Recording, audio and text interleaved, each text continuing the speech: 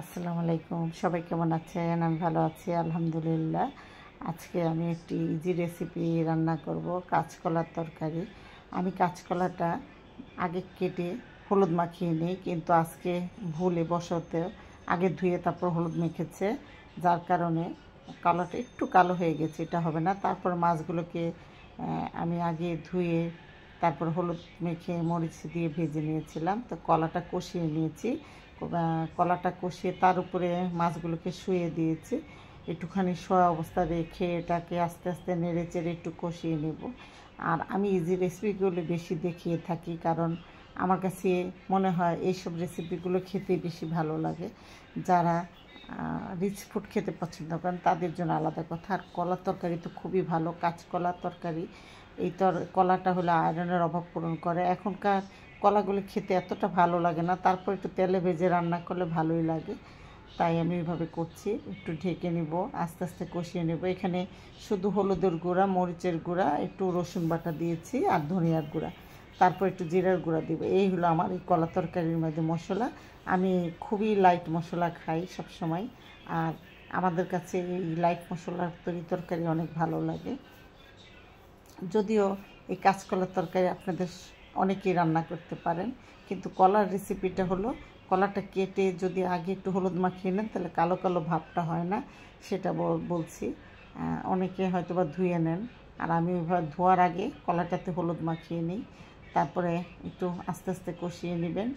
আর long ভিডিওগুলো আসলে একটু ধৈর্য সহকারে দেখতে হয়। কারো যদি আমার এই ভিডিওটা একটু ভালো লেগে থাকে, আমাকে একটা লাইকস অথবা কমেন্টস অথবা সাবস্ক্রাইব করবেন আমার ইউটিউব চ্যানেলে। আর আমি এগুলো আপনাদেরকে দেখাই এই কারণে, যারা নতুন রান্নাবান্না শিখছেন তাদের জন্য সুবিধা হবে, সেই সুবিধার্থে। তারপরে ঝোল দিয়ে দিলাম। ঝোলটা যখন দুর্বল ভাবলে দেখুন, এখন গুঁড়াটা দিয়ে আমার এটা চলতোই ঝোলটা কমিয়ে নেব। কলা তরকারি একটু পাতলা ঝোলি খেতে ভালো বললাম না যে আমি হসপিটাল কলাগুলো সিদ্ধ হয়ে গিয়েছে, আর কিছুক্ষণের মধ্যে আমার এটা হয়ে যাবে। এইভাবে কলা রান্না করে খাবেন। আমার ভিডিওটি একটু ফলো করবেন।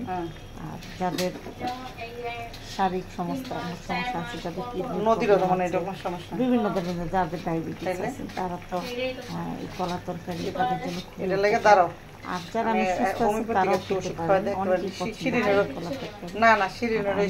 মোটামুটি প্রচুর ব্যথা যখন হয় 3-4 দিন কাজ করতে পারে না, 3 দিন তো না, ওই সব পাশে 3 দিন বাদ, আমার বাসায় একদিন বাদ দিত, পরের দিন কাম করতে যে না আমার ঠেলা ঠুলা খালি গড়টা মুখ থইল দিয়া দিত, আন্টি পারবো না, আন্টির এই কষ্ট দেন যাবে না। যাই হোক, আমরা বাঙালি কইলাম না যে ও আমার অন্য রকমের ফিল করে, এই যে কইলো আজকে বারবার করে কইলো যে আমি কিন্তু সবার লগে তর্ক করতাম, যে বাসায় কাজ করতাম কাম ফালাইতে পছন্দ হয়, কিন্তু আপনার বাসায় কিন্তু আমি কোনোদিন আপনার লগে তর্ক দিই না, কারণ যার যে সম্মান তাকে সেই সম্মানটা দিতে হবে। আপনার আমি সেই সম্মানটা দিই। আমরা কম বেশি আপনার লগে জীবন আমি তর্ক পারি, তর্ক দিই।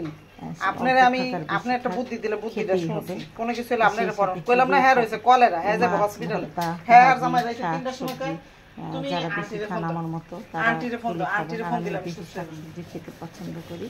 আর আমার ছেলে কথা হইলো আমি অনেক সব ধরনের তরকারি ওরা খেয়ে থাকে, এর জন্য আমার খুব শোনো মরলে তো তোমরা আমার লাগি দোয়া করবা না, করতে হয় না। জানটি মারা গেছে, এটাই সবচেয়ে বড় কথা। থেকে দূরে ওরা সব মানুষটা ভালো ছিল, এই কথাটা তো কইবো। রান্না করবেন আমার জন্য, সবাই দোয়া করবেন, ভালো থাকবেন। আপনাদের জন্য আমার অনেক ভালোবাসা। আল্লাহ হাফেজ।